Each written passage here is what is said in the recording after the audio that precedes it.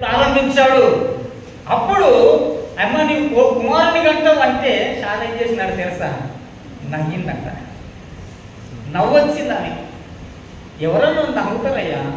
ఈ 90 సంవత్సరాల వయసులో ఉడికిపోయిన శరీరం అంతా కూడా చాతగాని నాదని, ఈ 90 సంవత్సరాల వయసులో నేను పిల్లల్ని ఎలా కనగలను అని ఆమె నవ్వితే ఆ నవ్వుకు పుట్టినటువంటి కుమారుడే ఇస్సాకు. ఇస్సాక్ అనే మాటకు అర్థమైందంటే నవ్వుట.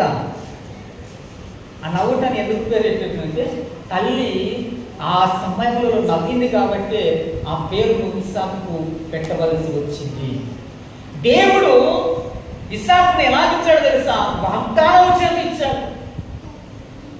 100 సంవత్సరాల వయసు కలిగినటువంటి అబ్రహాముకు దేవుడు చేసిన వాగ్దానం ద్వారా జన్మించినటువంటి కుమారుడు ఇస్సాకు.